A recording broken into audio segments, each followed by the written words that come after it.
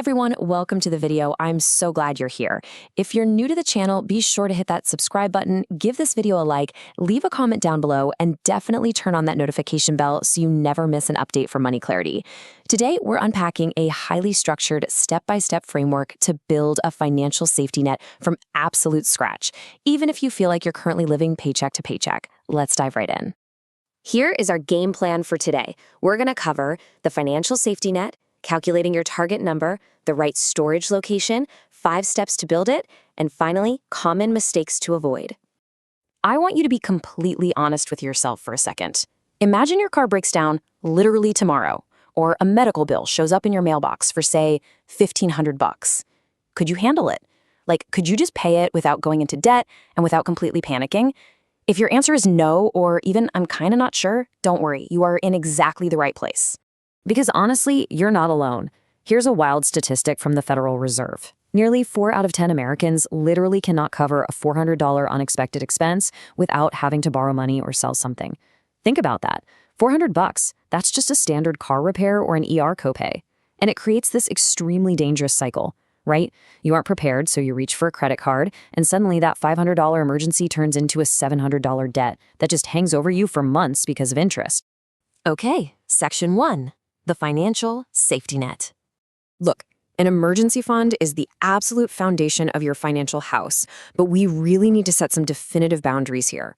We are talking about things that are unplanned, unavoidable, and financially painful. We're talking job loss, a medical crisis, or urgent home repairs. That massive sale at your favorite store, last-minute weekend trips, Christmas gifts, yeah, those are definitely not emergencies.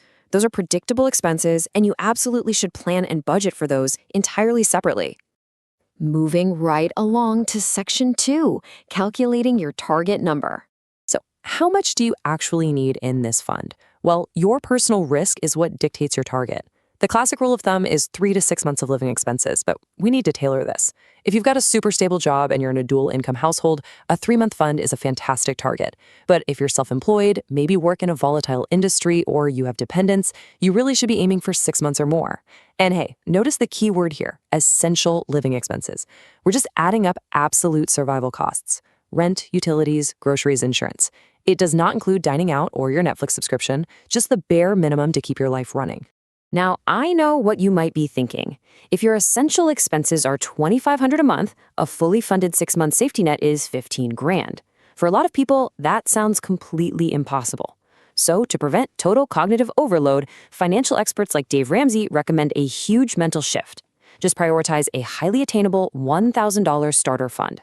Just $1,000. It won't cover everything, obviously, but it is enough to intercept those immediate, annoying, minor crises like a flat tire or a busted appliance, and it completely stops you from reaching for that credit card. All right, section 3, the right storage location. Before you start saving, you need to know exactly where to put it. There are 3 unbreakable rules for where this money lives. Number 1, it has to be completely separate from your everyday checking account. Out of sight, out of mind. If it's sitting in your daily account, you're going to accidentally spend it for sure. Number 2, it must be safe and stable. No index funds, no picking individual stocks, and absolutely zero crypto. This money needs to be there when things go south, not down 30% because the stock market had a bad day. And number 3, it needs to be accessible within 1 to 2 days. So the perfect vehicle that hits all 3 of those rules is a high-yield savings account, or an HYSA. These are typically offered by online banks. Think Ally, Marcus by Goldman Sachs, or SoFi. They let your safety net passively earn a significantly higher interest rate than those old-school big bank savings accounts. So your money's actually doing a little bit of work while it sits there safely, and it stays totally liquid. Pro tip, name the account something meaningful, like Peace of Mind Fund.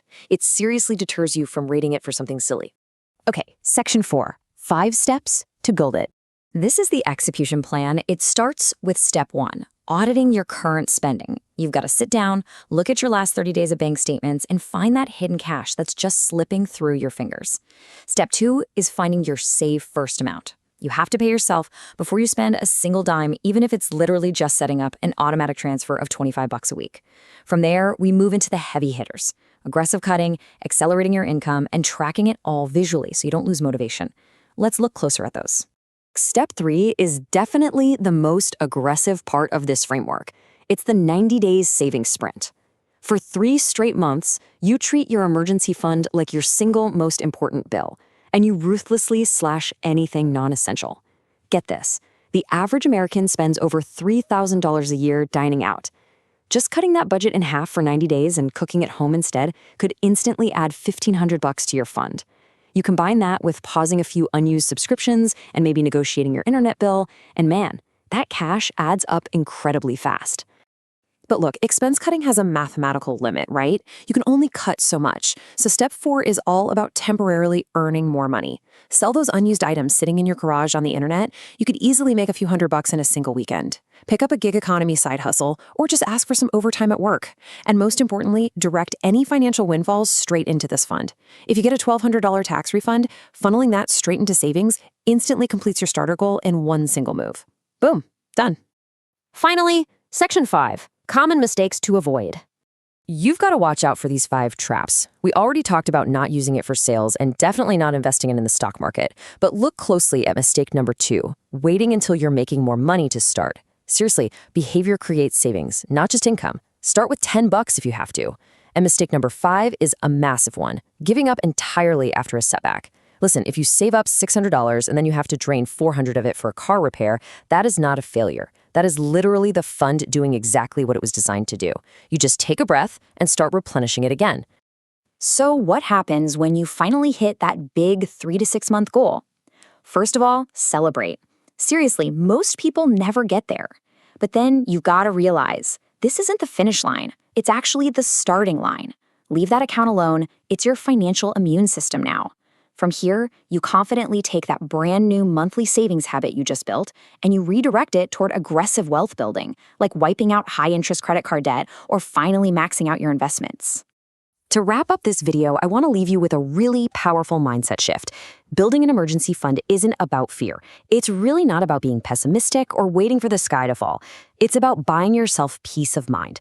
It gives you options when life inevitably throws you a curveball. It puts you firmly in control. So before you go, ask yourself this final question. If a true crisis hit your household tomorrow, would your current bank account be your strongest shield or your heaviest chain? Think about it. Thanks so much for watching. Again, please remember to subscribe to Money Clarity, share this video, drop a comment below, and ring that bell. We'll see you in the next one.